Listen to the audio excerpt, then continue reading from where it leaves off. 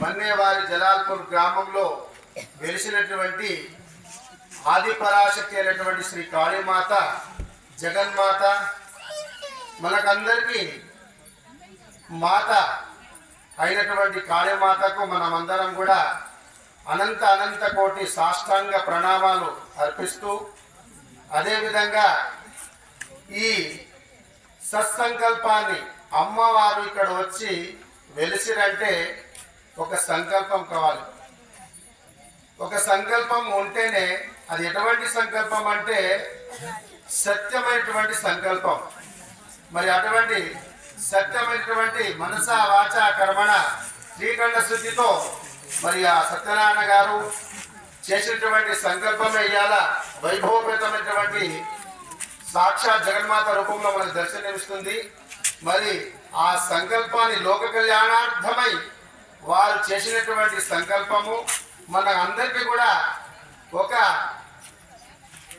వర్షంలాగా ప్రతి ఒక్క చినుకులు మన మీద పడినట్టు అమ్మ యొక్క దివ్యమైనటువంటి ఆశీర్వాదం మనందరికీ కూడా అందజేసినటువంటి కాళీ సత్యనారాయణ గారికి హృదయపూర్వక ధన్యవాదాలు, వారి పరివారానికి. అదేవిధంగా మరి 3వ వార్షికోత్సవ సందర్భంగా ఈ వైదిక కార్యక్రమాన్ని నిర్వహించినటువంటి బ్రహ్మశ్రీ డాక్టర్ గోలుకుంట నాగశర్మ గారికి కూడా హృదయపూర్వక ధన్యవాదాలు తెలుపుకుంటూ అదేవిధంగా వారి బృందానికి కూడా ఆ జగన్మాత ఆశీస్సులు అందజేస్తూ మనకందరికీ ఈ మహోన్నత కార్యక్రమంలో భాగస్వాములను చేసినందుకు మనమందరం కూడా ఒకసారి ఆ సత్యనారాయణ గారికి ధన్యవాదాలు తెలుపుకుందాము. మరి మానవ జన్మ అనేది అందరికీ తెలుసు. 84 లక్షల జీవరాశుల లోపల కూడా మానవ జన్మ ఎంతో గొప్పది. కాబట్టి అన్ని జంతువులకు రకరకాలుగా విచిత్రమైనటువంటి బుద్ధులు ఇచ్చిండు, కానీ మనిషికి మాత్రము ఒక జ్ఞానం ప్రసాదించుడు భగవంతుడు. ఎందుకంటే మనకు జ్ఞానేంద్రియాలు కర్మేంద్రియాలు ఉన్నాయి, కానీ వీటిని మనం ఇష్టం వచ్చినటువంటి కార్యక్రమంలో కానీ ఇష్టం వచ్చినటువంటి వ్యర్థ దురభాషలలో కానీ మనం మాట్లాడడము ఇది వినియోగించకూడదు. మనం వ్యవహారంలో ఉన్నప్పటికైనా మనం సంసారంలో ఉన్నప్పటికైనా భగవత్ చింతనతోనే మన జన్మ సార్థకం అవుతుంది. కాబట్టి మనము సంపాదించినటువంటి డబ్బు కానీ ధనము కానీ మనతో వచ్చేటటువంటి మన ఆస్తిపాతులు ఏది రావు. కాబట్టి వచ్చేది మనకు ఒకటి భగవంతుని యొక్క నామమే మనకు సార్థకం చేసేది, జీవన్ముక్తిని చేసేది. కాబట్టి అటువంటి ఆధార శక్తి అయినటువంటి ఆ కాళీమాత మన పరిసరాలలో వెలిసినము నిలవడం అది మన అందరి యొక్క అదృష్టం. కాబట్టి నేను ఒక చిన్న ఇక్కడ జరిగినటువంటి ఒక ఘట్టం చెప్పి నేను ముగిస్తాను. ఒక 5-6 సంవత్సరాల క్రితము వేల్దుర్తిలో ఒక రాములు శేఠాన్ని ఉండేవారు, ఓంశాంతిలో. ఆయన మా ఆశ్రమానికి ప్రతి శివరాత్రి రోజు కార్యక్రమానికి వచ్చేవారు. అప్పుడు వారు ప్రతిపాదించారు, శరీరం వదిలేసారు. అప్పుడు మాకు ఫోన్ చేసారు రావాలని. మేము పొద్దున ఇక్కడ నర్సాపురం నుంచి ఇదే ప్రాంతంలో వెళ్తున్నాము. వెళ్ళేటప్పుడు ఇక్కడ నుంచి మా దగ్గర కారు ఉండే, కారులో వెళ్తున్నాము. మేము ముగ్గురం ఉన్నాం, మాతో పాటు 2 శిష్యులు ఉన్నారు, మేము ఉన్నాం. వెళ్ళినాక అక్కడ వర్షం పడుతుంది. వర్షము పడి ఆగింది. కింద సెలేరు అంటే డౌన్ ఉంది ఇక్కడ కింద, నాకు తెలియదు అంతే.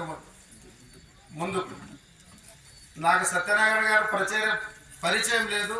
మరి వారు ఇక్కడ అమ్మవారిని పెట్టాలని సంకల్పం వాళ్ళకు ఉందో లేదో నాకు తెలియదు. కానీ మేము ఆ సందర్భంలో వచ్చినప్పుడు ఇక్కడనే ఆ రోడ్డు మధ్యన వెళ్తుంటే ఆ రోడ్డుకు ఆ కారు ఆగిపోవడం జరిగింది. ఆ మార్గ మధ్యంలో కారు ఆగిపోయింది. ఆగిపోయి ఆ డ్రైవర్ ఒకసారి చూడమని చెప్పేసి అంటే వారు ఆ కారుని చూస్తూ ఉన్నారు. ఏంటి మేము అటు ఇటు తిరుగుతూ ఉన్నాము. తిరిగినప్పుడు ఈ వైపు చూసినాం. ఈ గుట్ట వైపు చూడంగానే ఒక భయంకరమైనటువంటి స్వరూపం కనిపించింది. అమ్మవారి ముఖము ఒక భయంకరమైన స్వరూపము జస్ట్ ఒక 2 సెకండ్లు మాత్రమే కనిపించింది. 2 సెకండ్లు కనిపించినాక మళ్ళీ అలా చూస్తే లేదు, ఆ స్వరూపం లేదు. ఇదేంటి విచిత్రము, ఇడేమైనా ఉందేమో అని మేము కాసేపు కొద్దిగా ఇదైపోయినాము. తర్వాత మళ్ళీ ముందు నడిచి మళ్ళీ వెనుకకు వచ్చినాము. వచ్చి మళ్ళీ వస్తే మళ్ళీ అదే స్వరూపం కనిపించింది 2 సార్లు ఇక్కడ ఈ గుట్టపై.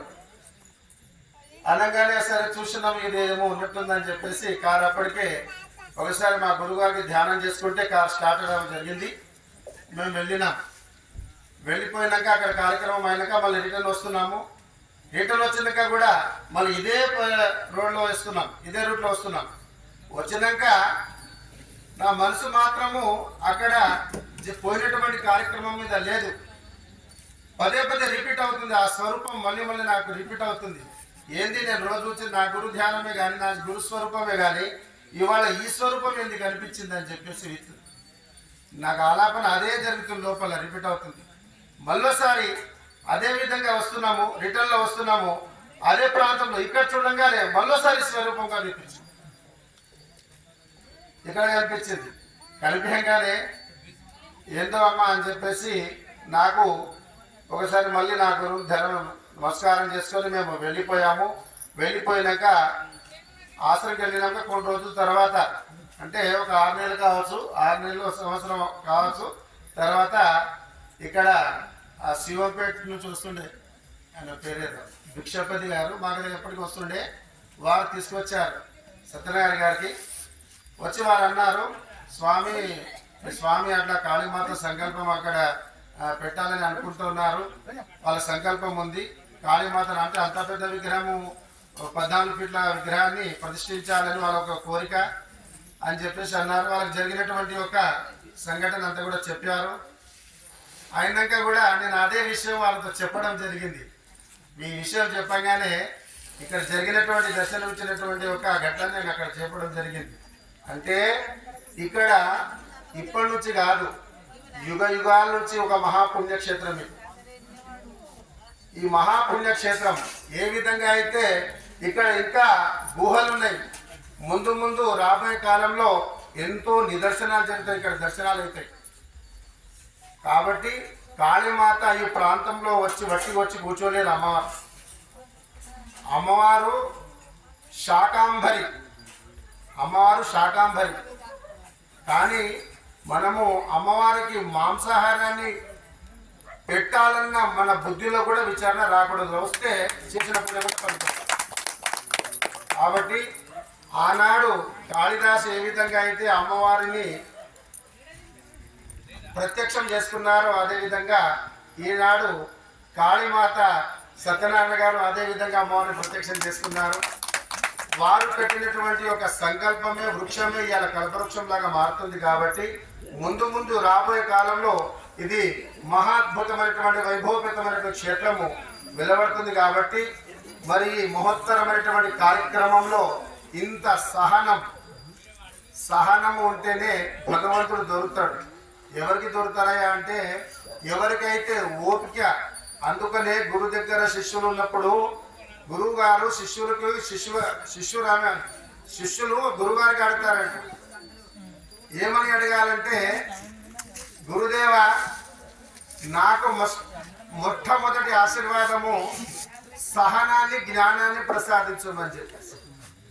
అంటే చూడండి, మనము ఒక గంగా లోపల చెత్త చెదారం అన్నీ వేసేస్తాం. అది రిటర్న్ మనకు ఇస్తుందా?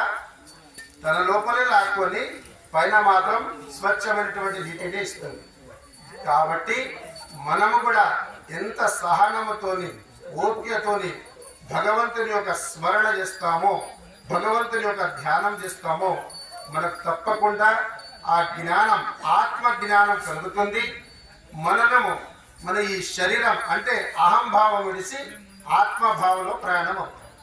కాబట్టి అటువంటి ఒక అద్భుతమైనటువంటి క్షేత్రము కాళీమాత క్షేత్రము. మరి ఈ క్షేత్రానికి ఇంతమందిని ఈ జ్ఞాన సాగరంలో ముంచినటువంటి మహానీయ భావుడు మన కాళీమాత సత్యనారాయణ గారు. ఒకసారి గట్టికి చప్పట్లు కొట్టారు.